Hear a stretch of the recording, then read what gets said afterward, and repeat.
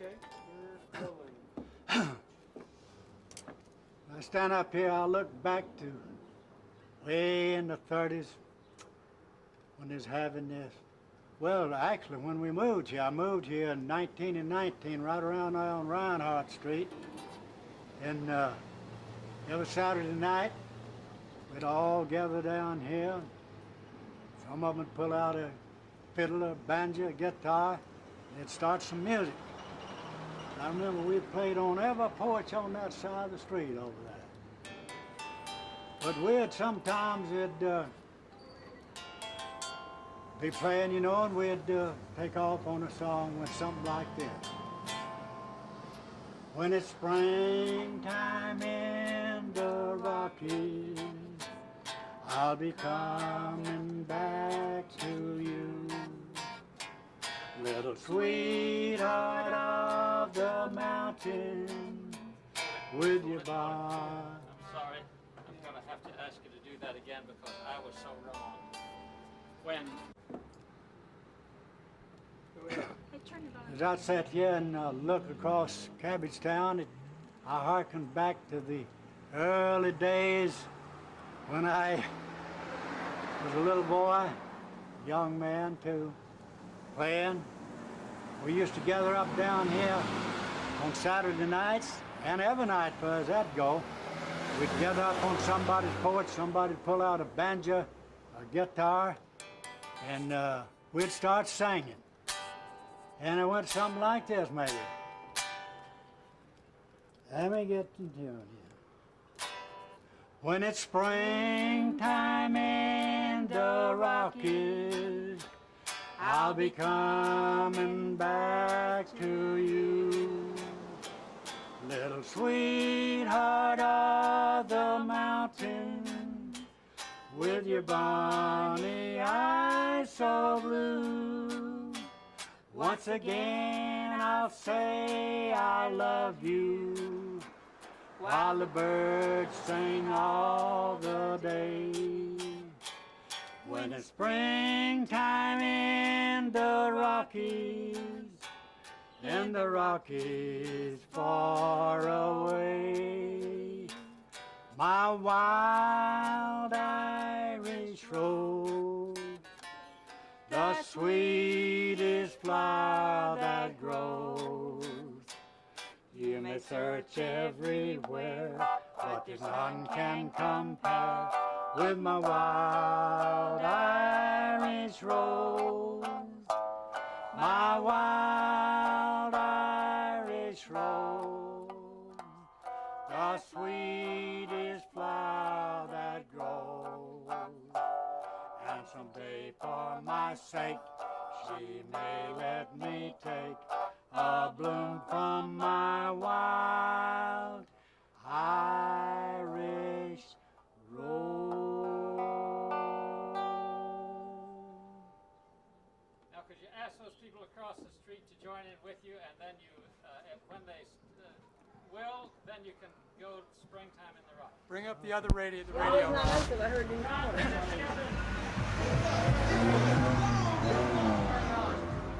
Lord, I spent many a time on Banquet's Banister, up and down the street. Every one of them didn't you join? Ron, are you But ready? I remember the leg going on. Come on, shoot us. I gotta Leg go. going on. He's going to ask you to join in just a moment. Okay. Remember the leg going over. Joyce, Going up. you're blocking the microphone over there. You don't know. Right behind you. You're sitting right on top of it. You're sitting that on right top of here. it, okay? Okay. There. That's what. You join in to start with? To start? No, Behind that cup. go ahead. All right, everybody join in here. When it's springtime in the Rockies, I'll be coming back to you. Little sweetheart of the mountains, with your bonny eyes so blue. Once again I'll say I love you, while the birds sing all the day. When it's springtime in the Rockies,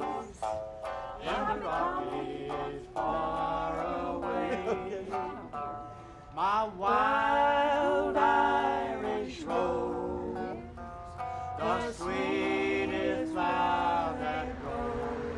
I'll search everywhere, but none can compare With my wild Irish rose, my wild Irish rose, the sweetest flower that grows.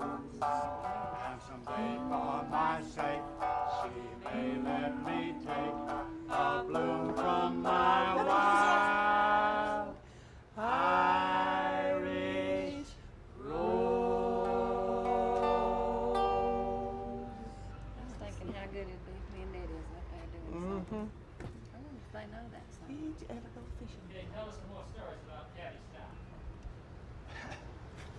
Yeah, Cabbagetown. When I first went back, you know, they used to have, they used to put cinder blocks all up and down the streets over there, and us kids, they burnt coal in the mill, you know, and they'd take the cinder blocks and put them all up and down the street.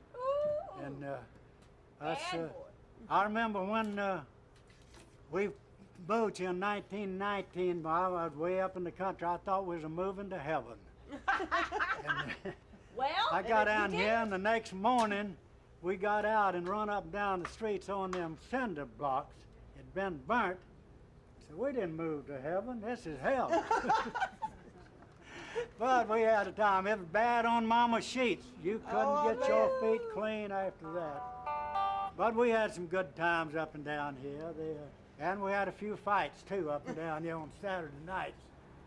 Somebody, you know, would get a little too much of that block and tackle and take a block, take a drink, and walk a block, tackle a tiger. I've seen a few fights there right down there at Pickett's Alley. And my wife lived right upstairs there when first time I met her. And we got married when she lived there at 19 and 29. Same time at Leon's store open here, we got married. And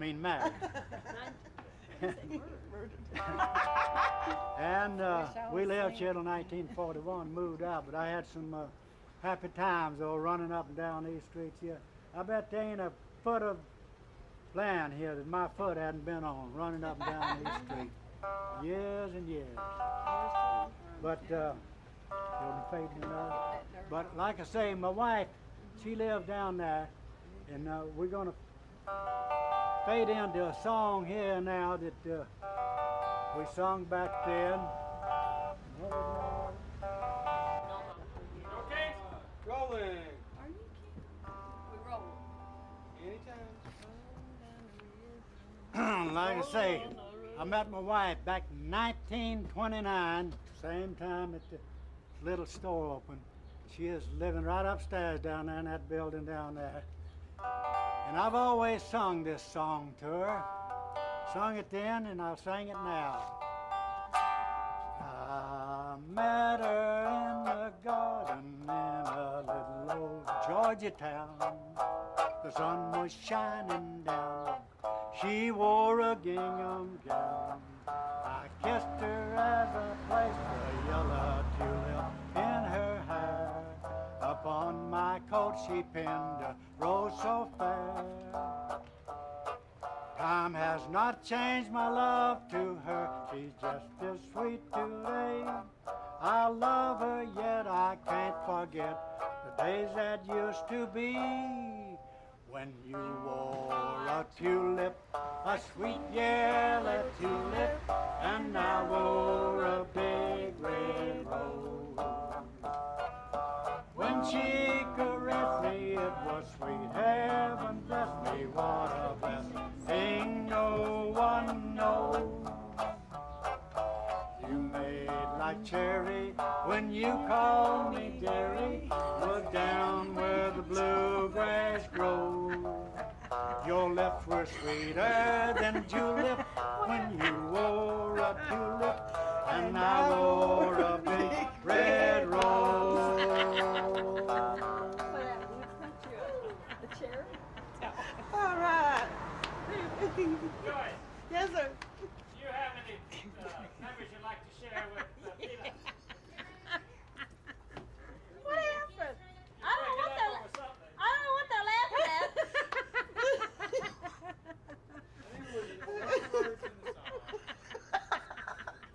He said a big red rose, and we said a big red nose.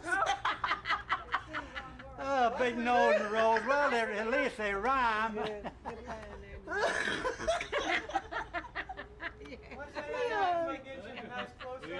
Oh, God. Come on, Leon, get in the show. Get up here. Stand behind his woman and pinch her when she acts up. It was, You want to sit down here with me? he said, you call me dear. You call me Harry.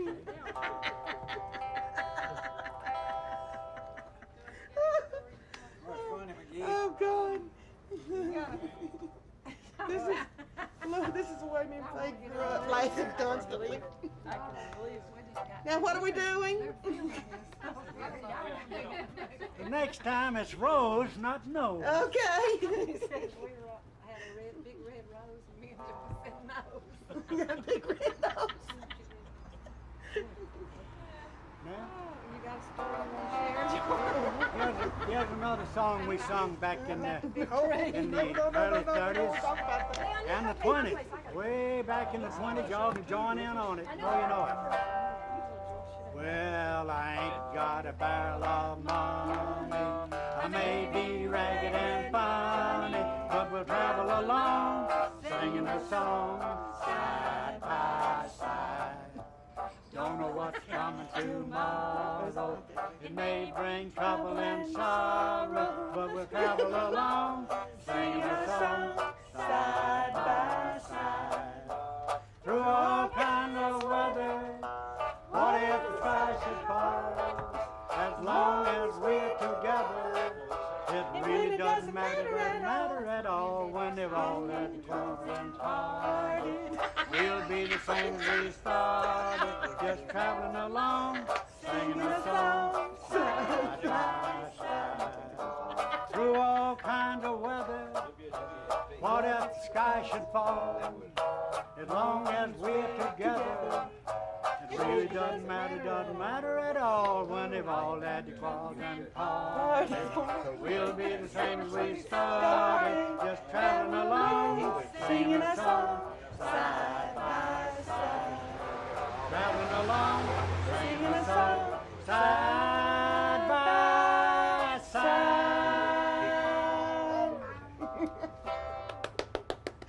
Yay! I believe I did get it wrong too. So. Y'all sang one, I'll play it. We Okay. Make up our own thing. Oh, yes. Oh. Go ahead. What is it? Oh. Y'all sang one and I'll play it. What? Oh, okay. What are we going to sing? Me? You want to do that? Oh, does it have to be an old song? Well, let's do that. Apples in Virginia. How about When we were a kid, when Faye and I were kids, How I about guess that Leon was there beautiful too. number you done stomped on my heart and mashed that sucker flat? I'll let you sing that and we'll join in. When Faye and I were growing up here, you know, the mill put in some little playgrounds around with a swing and sliding board. And so we all used to get in the swings and we'd swing real high and we'd sing in the Blue Ridge Mountains of Virginia. I bet he knows that. What key? Whiskey? Real flat. Real flat. Huh? Flat. E flat? If I play it, it'll sound flat. Now try It's been a How while. about F? In the Blue Ridge Mountains of Virginia, on the trail of the lonesome pine, if you eat green apples in Virginia, you'll get a pain in your lonesome spine. Honk, honk, toot, toot, blick, blick, ooga, ooga. Oh, man. I think I remember. Rolling on a close-up of you right now.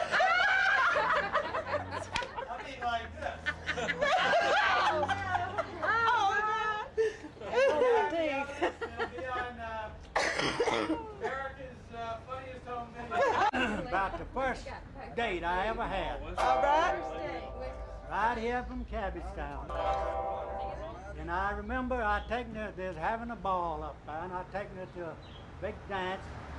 And when we come out, we went into a restaurant. I don't know why I didn't have 50 cents. And here's what happened.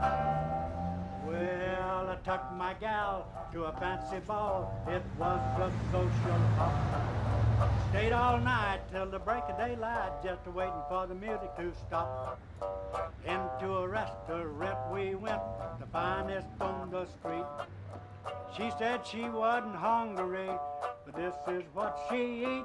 A dozen rolls, plate of slaw, chicken and a roast, asparagus, apple hash, soft shell crab on toast, chicken stew, crackers too. Her appetite was immense. When she called for pie, I thought I would die for a head but 50 cents.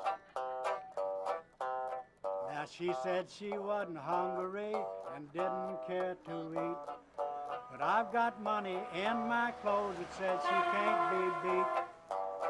She tuck it in so cozy, she had an awful tank. Said she wasn't thirsty, but this is what she drank. A whiskey skin, a glass of gin, it made me shake with fear. A ginger pop with rum on top, schooner full of beer. A ginger ale, a gin cocktail, I should have had more sense. When she called for more, I fell on the floor for a head but 50 cents. Now you bet I wasn't hungry and I didn't care to eat. Expecting every moment we kicked out in the street. She said she'd bring her friends around someday and we'd have fun. I showed the man my 50 cents and this is what he done. He mashed my nose, he tore my collar, hit me on my nose. He grabbed me by my collar and he throwed me on the floor. He grabbed me by the seat of my pants, he throwed me through the fence. Take my advice and don't try it twice when you got but 50 cents. That's great. I didn't date her no more. Okay, now start off with, well, I don't remember about the National Guard. I don't remember much about the National Guard because we was tied up with the strikers. I wasn't working in the mill at that time, but we would go around and play for them when they'd have the meetings around. And so they did, a lot of places though, the National Guard did come out and would drive them back. But I remember down here, we'd be playing over there, have a crowd over there, you know, during the strike. They'd come down and say, you can't play over here, this on mill property, you'd have to get off. We'd just come right across the street here and start again. So we had some pretty rough times back then, but they pulled through it. I wish that they could have won the strike, but they didn't. And I was sorry they had all that time, put all that effort in it, and didn't win it. But they gave it a shot, try. Could you talk about the sound of the mill? Oh yeah, boy, when I moved here,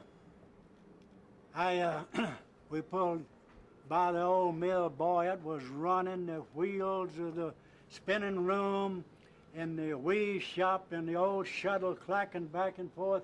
You could hear it for all through here, and it didn't sound right, boy, when that mill wasn't running, but when you couldn't hear it. But it was, things was booming. People had coming back and forth, going into the mills. This was in the early days now, around in 1920. And people had come out, you know, had cotton all over them. People other places call them lint heads, because they had cotton all over them. And I got a job in there, and they put me to blowing off looms. I got that cotton all over me. I started blowing me off, you know. Well, when I come out of the mill, I'd blow myself off good. Boss come around and said, boy, we didn't hire you to blow yourself off. Said, we hired you to blow off these frames. So I quit. I left it. I had enough of it right there. Okay.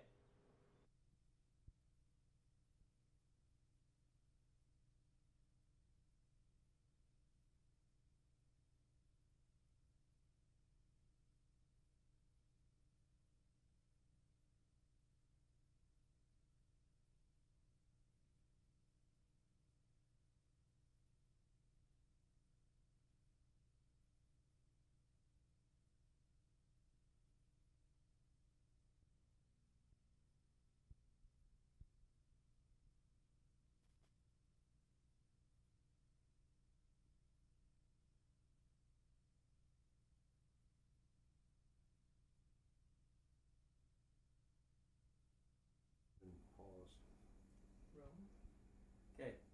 You were telling us about your father moving from the country and how he felt about the farm. Could you tell Jamie about that, because he didn't hear that story? Should I start at the Yeah, beginning yeah, when he was yeah. small? Yeah.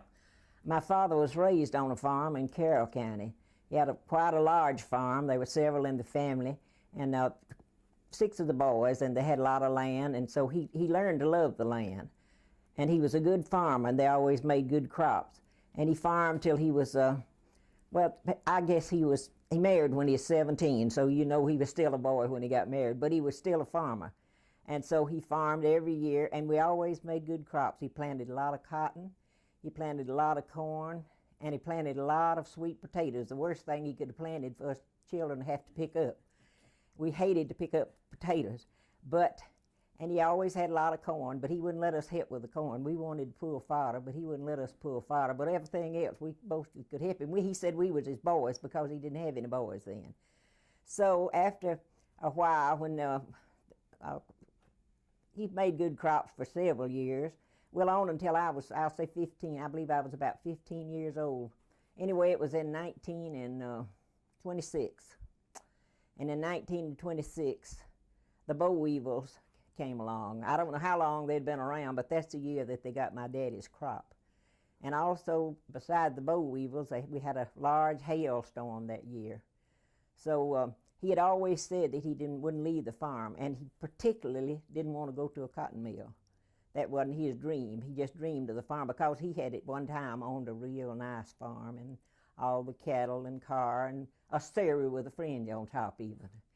So he was pretty well fixed up at one time, and it hurt him real bad when we had to move to the farm. But that year we didn't make anything. When we had to leave the farm, rather, I should have said. And so we went to the mill, and he stayed there. He worked there for many years, I'll say probably 15 or 20 years. And when he retired, he went back to the country. But he wasn't able to farm, but he liked to live in the country. Lived there for several years, and then after leaving there, my brother bought a home in East Point, and he moved to East Point with my brother, and he lived to be 72 years old. But he never quit loving the land. He never quit working hard, and when he would work, everybody would tell us he was one of the hardest workers they had ever seen. And I'm not boasting because it was my daddy. I'm telling you just like it was. But he was a hard worker. And so he taught us to work. And I can remember the time when we had a lot of cotton to pick that year, and he would tease us and tell us to try to keep up with him, you know. He'd say, he'd call us boys. He'd say, now, boys, we're going to have something this fall. Well, that would inspire us. We'd work hard, you know. So that one day, I was 14 years old, and I picked over 300 pounds of cotton. The only time in my life I ever picked that much cotton, and he was as proud of it as I was. And we worked hard every day until he had to leave the field and go to the gin. When he'd take his cotton to the gin to have have it made into bales of cotton, he'd leave us kids, and that was the time we thought we could play and get by with it. I'll never forget that. When he would get gone, we'd sit down behind the cotton basket, and we'd play all the morning. Along about middle of the afternoon, we'd get wearied, and we'd discuss whether we was going to put rocks and put some cotton in and then put rocks on top of it. But we was afraid we wouldn't get by with that. So we'd take our hands, you know, and we'd work the cotton around. And being kids, we'd tried everything under the sun. And so we'd be frightened when we'd see him coming, you know. We'd have our cotton pile way up, and he would know time he looked at it what we'd been doing, but he never would fuss at us about it because he knew we were still kids. And the farm life was a good life. We had watermelons, and he always killed a lot of hogs. We had all of the chickens and cows and things like that. We just had a good living in the country, and nothing pleased him any more than to be in the country. And my mother was the same way. And they kept a lot of chickens, and my job was, if they found a hen nest, I don't care where it was, if it was up under a 6-inch crib, a corn crib, I was the one that had to crawl up under it. And I was afraid of snakes, and they'd insist that I go up under it, and I'd get so far, and I'd try to look back, and I couldn't look back, and I couldn't see much ahead of me. But I had to get those eggs, so I would get the eggs. And when I was a child, I have carried one egg to the store and got a spool of thread with it. It just took one egg to buy a spool of thread. So, and first time I ever went to the store for something, I can't remember exactly what it was, and I saw a new grape, one of the soft drinks, and I didn't know what it was. I seen somebody drinking one. I wanted so bad I didn't know what to do. I'd never tasted one, but I couldn't get one. But in the meantime, we moved to LaGrange for about 3 months. We left the farm for about 3 months. He was going around the store, he and my grandfather, but that didn't work out. He came back to the farm. But anyway, I finally, on our way to LaGrange, my daddy bought us all a Coca-Cola. I was 12 years old, and that was the best thing I ever put in my mouth. Could you tell us when you started working in the mills? I started working in the mill when I was 15 years old. And I worked in the mill for 23 years. And then we built the store, and we run the store about 20 years. And I retired when I was 60. And then I stayed out from work a while, and I got tired of staying at home. And I went to work in a florist, and I worked in the florist till I was in my 70s.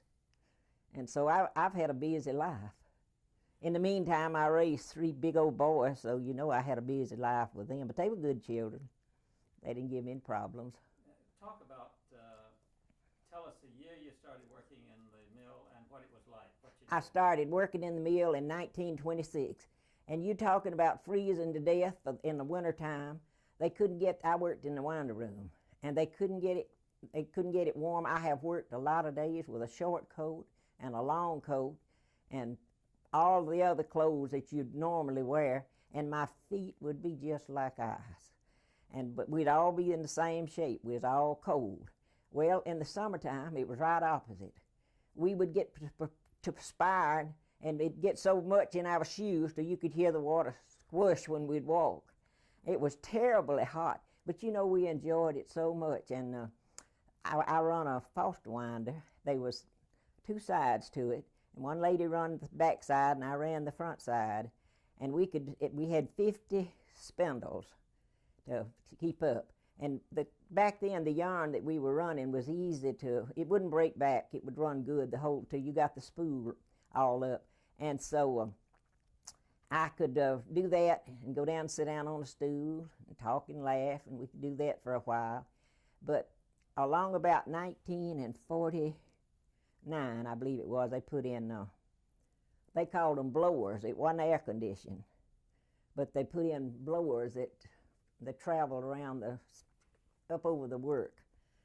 And that made it a lot cooler, and there wasn't near as much lint. I have come out of the mill when I was 16 years old, and you would have thought I was gray-headed then. There wouldn't be a place on my head that wasn't full of cotton. That's why my daddy loved the country so well. So